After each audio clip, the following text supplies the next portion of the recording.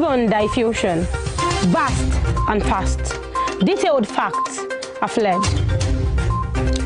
Within seconds, nuggets of words that flew up. This is the news as it is.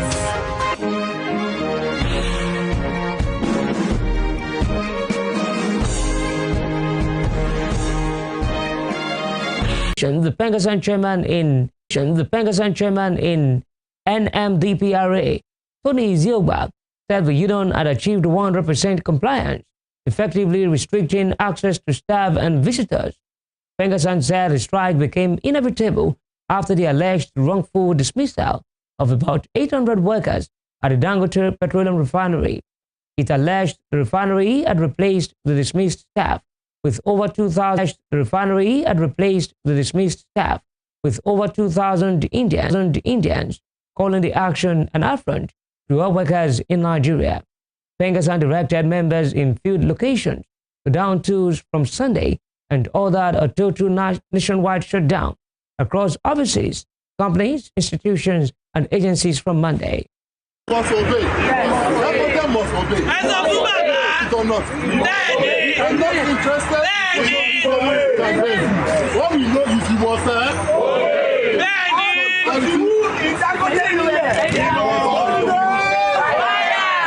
solidarity. In the meantime, a former lawmaker from Kaduna State, Senator Shehu Sani, has called on the management of Dangote Refinery to immediately reinstate workers allegedly dismissed for joining trade unions, describing the move as violation of constitutional rights and a threat to industrial peace.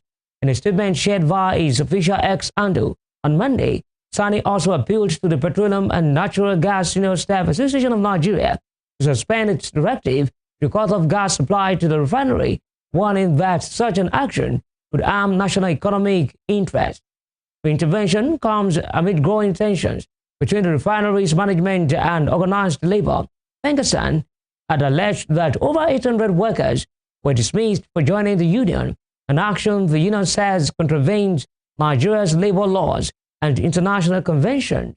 The union has since ordered a nationwide shutdown of operations, including gas and crude supply to the refinery. Dangote Refinery, in response, accused Pengassan of sabotage and selfish interest, citing its past opposition to reforms and privatization efforts. Sani emphasized that while the refinery is a strategic national asset, it must operate within the framework of Nigeria's labor laws and respect workers' rights. The Academic Staff Union of Universities, ASU, has issued a 14-day ultimatum to the government, threatening a total and indefinite strike if its demands on the revitalization of tertiary schools and staff welfare are not met. The union's president, Chris Piwuma, issued a communique after the union's National Executive Council meeting held at the University of Abuja. Piwuma criticized what he described as government's consistent refusal to meet its demand. ASU stated that if the federal government fails to address the issues within the 2-week ultimatum, the union will first embark on a 2-week warning strike, followed by a total and indefinite strike. The union lamented the declining fortunes of university education and the government's strong habit of paying little or no attention to public universities. It noted that its latest threat comes after it had held rallies across both federal and state universities in August that yielded no results. Moving on, Justice James Omotosho of the Federal High Court, Abuja, has issued an order restraining a professor of political economy, Pat Utomi, and his associates from proceeding with their plan to establish a shadow government or cabinet in the country. Justice Omotosho issued the order in a judgment on a suit filed by the Department of State Services, DSS. He declared the concept of shadow government or cabinet as unconstitutional and an alien concept to the nation's presidential system of government. The judge held that Utomi and his associates could not hide under the right to associate and to criticize the government as a reason for engaging in unlawful activities. He held that Nigeria's constitution does not recognize any parallel or alternative government outside the one it provides for. Because, in line with what we canvassed before it, has declared that there is no provision whatsoever for the formation of a shadow government or shadow cabinet. What that means is that if you have any criticism that you want to make about the government of the day, you do it through either your representative in the National Assembly, or you express it without forming anything that has any government attached to it.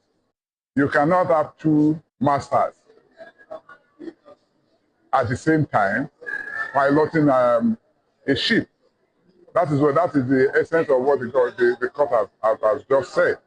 And it also shows that Nigeria is not a place where anything goes.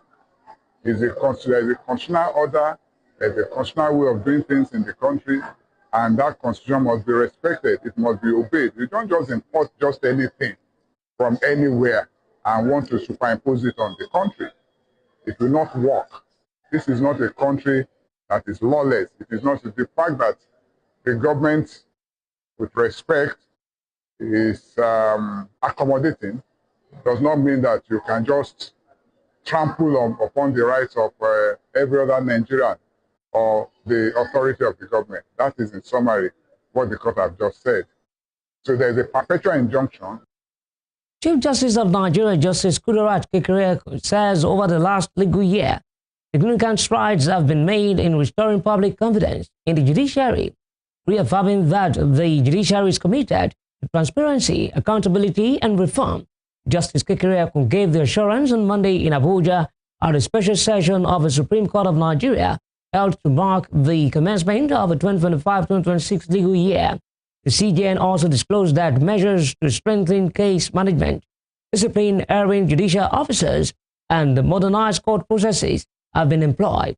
Highlighting the major strides taken so far, the CJN mentioned infrastructural upgrades, including the renovation of courts, provision of modern equipment, and a major drive to digitize judicial processes.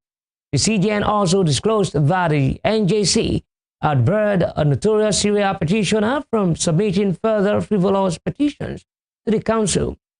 Similarly, she said erring members of the bar had been referred to the Legal Practitioners Disciplinary Committee for sanction. On court reforms, she announced the streamlining of case management systems with stricter timelines, active monitoring of proceedings, and heavy investment in training programs, workshops, and seminars for judges and court staff. The federal government has declared that the country is on the right track under President Bola Tinubu as the nation marks its 65 years of independence.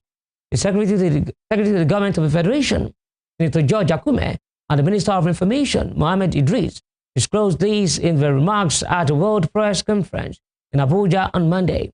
Senator Akume said the country's Independence Day is more a moment of reflection. He noted that the journey of Nigeria since 1960 has been met with trials and triumph, saying the Nigerian spirit has remained unbroken. On his part, Mr. Idris highlighted that the easing of the country's inflationary measures, which stood at 21.12%, falling food prices, naira stability, and growing external reserves, are testaments that the nation is on the right track. The minister also listed improved oil production, increased revenue to states, and other gains as remarkable reforms taking place under Tinubu's government. He said that the president has uprooted hindrances to Nigeria's progress. Meanwhile, the federal government has declared Wednesday, October 1, 2025, a public holiday to mark Nigeria's 65th independent anniversary. The declaration was made by the Minister of Interior, Dr. Olubunmi Tunji-Ojo, in a statement signed and released on Monday by the ministry's permanent secretary, Dr. Magdalene Ajani. Tunji-Ojo congratulated Nigerians at home and in the diaspora and urged citizens to uphold the patriotic spirit, unity, and resilience that have sustained the nation since 1960. The minister expressed confidence that with the cooperation of all Nigerians, the country will continue to grow stronger in peace, progress, and development. Nigeria gained independence from British colonial rule on October 1, 1960. This year's anniversary is tagged Nigeria at 65, all hands on deck for a greater nation. In the meantime, Vice President Kashim Shettima has assured Nigerians in the diaspora of robust engagement in the policies and programs of the administration of President Bola Tinubu. Shettima said this was with a view to positioning Nigeria in its rightful place among the community of nations.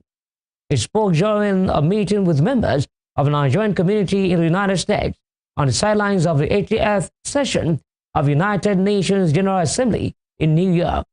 He urged Nigerians overseas to believe in their own nation, adding that the country was on the right track under President Tinubu's watch.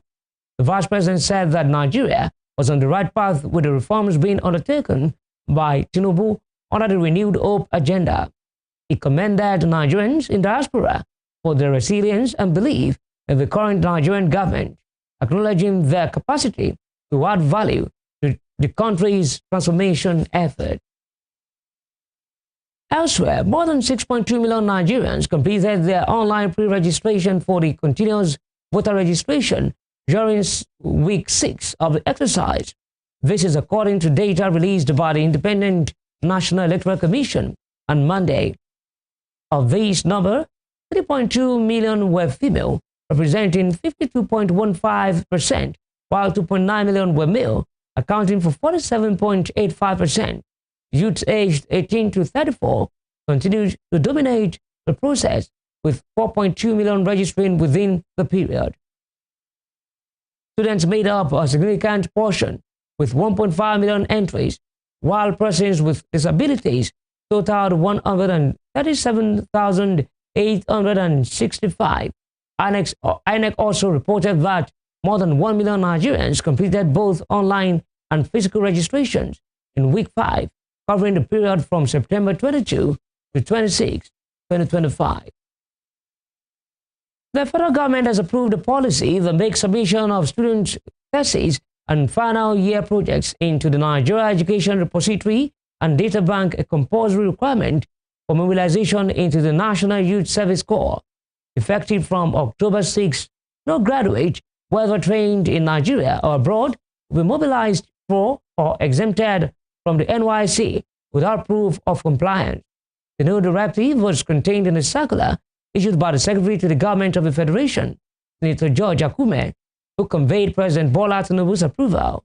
The policy requires all students to deposit their academic outputs, such as theses or project reports, into the national database. You're watching News at 7 on Western Spring Television. Still to come, FCT Police Command arrests 5 notorious and wanted bandits, recovers arms and ammunition. We'll bring you more on this when we return.